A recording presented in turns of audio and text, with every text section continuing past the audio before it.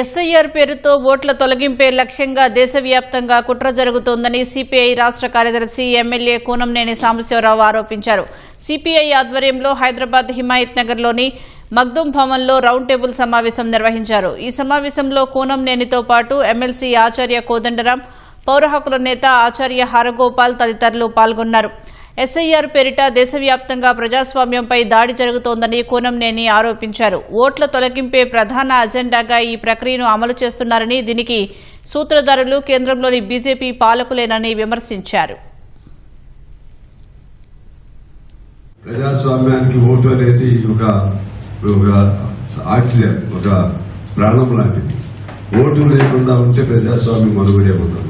ఒక ఓటు పోయినా సరే ఆ ఓటర్కి వాళ్ళకి తిరిగి వీళ్ళు న్యాయం చేయలేరు.